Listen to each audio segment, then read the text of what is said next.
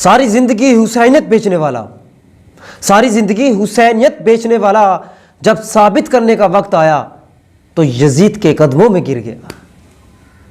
वाह बे वाह, वाह मिर्ज़ा जहलमी साहब, क्या बात है तुम्हारी, क्या बात है। आपने सारी ज़िंदगी क्या बेचा है यार। हुसैन के नाम पे आपने कमाया है, हुसैन के नाम पे आपने लाखों फॉलोअर सब्सक्राइबर्स कमाए हैं, हुसैन के नाम पर आपने ये नाम कमाया है, सब कुछ कमाया है। लेकिन जब साबित करने का वक्त आया तो आपने क्या किया, बताएं आपने क्या किया।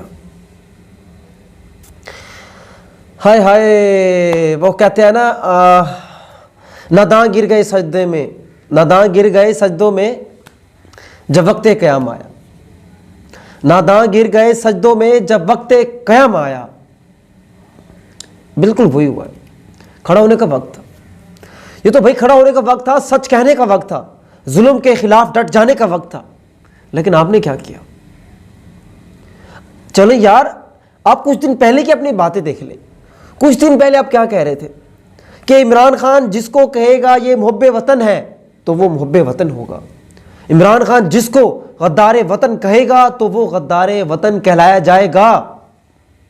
अगर आप खाना काबा की छत पर खड़े होकर भी ये कह दो कि हमने सियासत से तौबा कर ली तो फिर भी ये 25 करोड़ अवाम यकीन नहीं करेगी।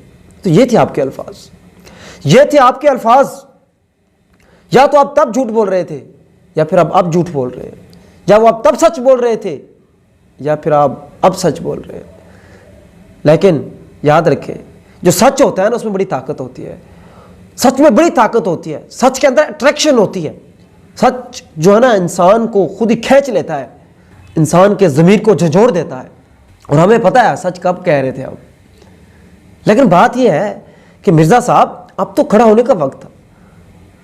आप इसी नाम पे आप कह रहे थे ना, वो फिरका यूं, वो फिरका वो फलां मौलवी यूं, फलां मौलवी यूं, उनकी दुकानदारी चल रही है। आपकी दुकानदारी आखिर क्या थी, क्या थी मेरा भाई आपकी दुकानदारी। सोचिएगा ज़रा, ये आपने क्या किया है।